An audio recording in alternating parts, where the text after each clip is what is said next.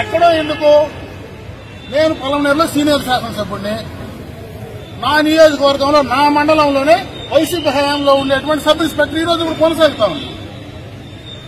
నేను చెప్పేది ఒకటే, వైసీపీకి సంబంధించినటువంటి ఆ రోజు అధికారంలో ఉండేటువంటి వాళ్ళందరినీ కూడా షఫుల్ చేయమని చెప్పాం ఇదే ఎస్పీకి.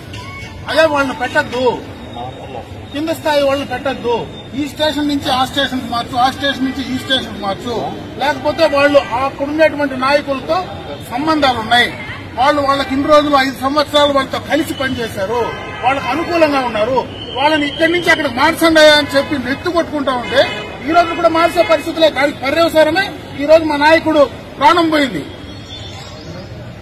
ఈరోజు అధికారంలో ఉండి అసలు మేము మా నాయకుల ప్రాణాలు కూడా కాపాడలేనటువంటి పరిస్థితికి ఈ రోజు మేము వస్తే ఎక్కడికి వెళ్లాలని నాకు అర్థం కావట్లేదు. నిన్నటి నుంచి ఈ కృష్ణాపురంలో రామకృష్ణ హత్య జరిగిందని తెలిసినప్పటి నుంచి తెలుగుదేశం పార్టీ రాష్ట్ర జాతీయ అధ్యక్షులు ముఖ్యమంత్రి చంద్రబాబు నాయుడు అవుతేనేమి, జిల్లా యంత్రాంగము, ఎమ్మెల్యేలు అవుతేనేమి అందరూ కూడా చెలించిపోయి ఇంత దారుణాన్ని ఒడిగట్టిన దోషులను వెంటనే శిక్షించాలా, న్యాయస్థానాలు వాళ్ళకు బెయిల్ ఇవ్వకూడదు, వాళ్ళని అట్లే జైలుకి ఎక్కించి ఉరికంబాలకు తీయాలని చెప్పి వాళ్ళ కుటుంబాలు రోధిస్తుంటే మేము మాటల్లో చెప్పలేక ఓదార్చలేకపోతున్నాం. ఎందుకంటే ఈ సంఘటన రాష్ట్రంలోనే ఎక్కడ కూడా జరిగినది.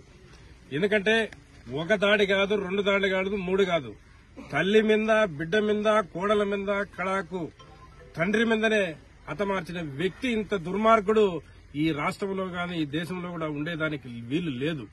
ఎందుకంటే ప్రతిదీ కూడా ప్రతి క్షణము తెలుగుదేశం పార్టీకి రామకృష్ణ ముందున్నాడు, ఈ గ్రామంలో పార్టీని నడిపిస్తా ఉన్నాడు, ఆయన అంతమ చేస్తేనే ఇక్కడ తెలుగుదేశం పార్టీకి వేరే లాభం లేదు, లాభం చేకూరదని చెప్పి అదే పనిగా పసిగట్టుకుని ఆ దుర్మార్గుడు ఈ కార్యక్రమాన్ని ఒడిగట్టినాడని చెప్పి దీనికి పూర్తిగా దీని వెనకుండా హస్తము చాలా మంది ఉన్నాయి. ఇక్కడ వైసీపీ కార్యకర్తలు అవుతేనేమి, ఇక్కడ నాయకులు అవుతేనేమి దీన్ని పూర్తిగా ప్రోత్సహించినారు. ప్రోత్సహించిన తర్వాతనే ఈ కార్యక్రమానికి అతను ఒడిగట్టాడని చెప్పి బాగా నిర్ధారణ అవుతా ఉంది. ఈ సంఘటనపై ఇప్పుడే రాష్ట్ర అధ్యక్షులు పల్లా శ్రీనివాస గారు కూడా మాట్లాడినారు, వాళ్ళ కుటుంబ సభ్యులతో ముఖ్యమంత్రి గారు కూడా మాట్లాడబోతున్నారు.